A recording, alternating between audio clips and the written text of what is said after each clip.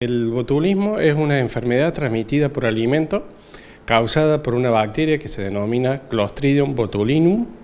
Esta bacteria generalmente está en el ambiente donde convivimos, en las verduras, en el ambiente, que cuando el problema de esta bacteria es cuando se realizan las conservas. Las conservas, ya sean los escabeches, pimientos en conservas en aceite, esta bacteria, si está presente, para poderse desarrollar no necesita oxígeno. El oxígeno para la bacteria es un veneno. Como los escabeches en conserva o cualquier tipo de conserva carece de oxígeno, si está presente, esta bacteria se desarrolla. Y tiene que darse otras condiciones, digamos, que el pH, que sería el pH, es decir, el pH tiene una escala de 0 a 14, 7 es neutro, de 0 a 6,9 es un pH ácido, de 7,01 a 14 es alcalino. Bueno, las conservas, para que no se desarrolle esta bacteria, necesitaría un pH inferior a 4,5. Generalmente a las conservas se le coloca ácido acético, que es el vinagre, pero que a veces que al paladar del ser humano queda ácido, pero no para la bacteria. Puede quedar en 5, entonces si tenemos la bacteria dentro de un escabeche o cualquier tipo de conserva con un pH superior a 4,5, con un medio que no tiene oxígeno, la bacteria se desarrolla, es decir, empieza a reproducirse, consume y genera un desecho que se denomina toxina.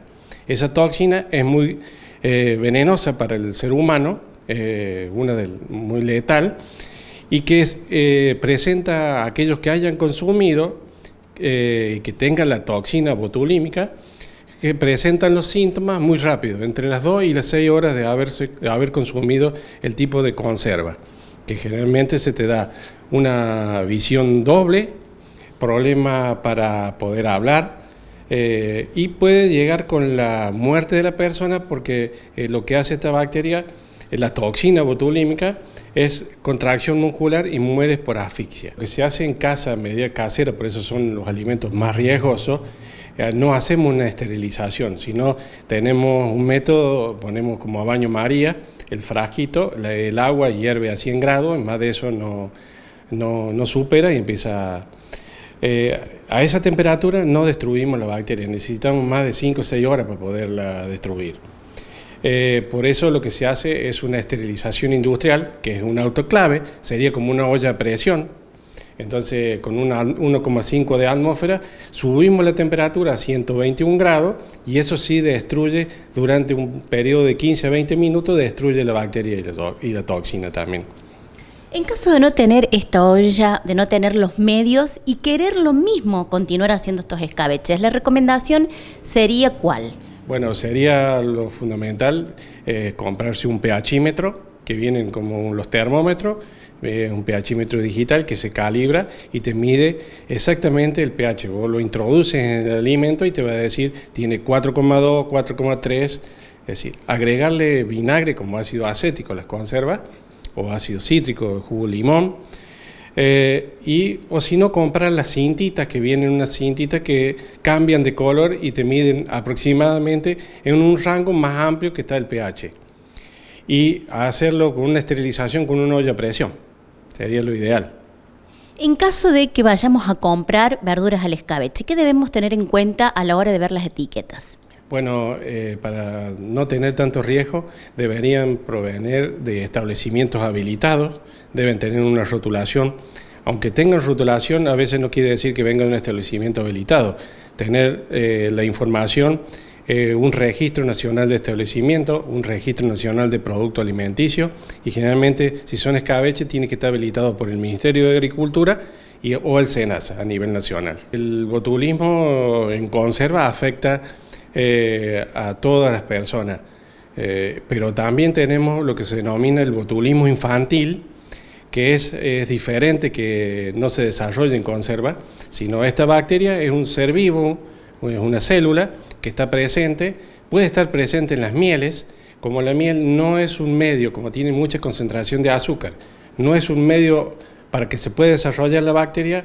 Esta bacteria, antes de morir, ¿qué es lo que forma?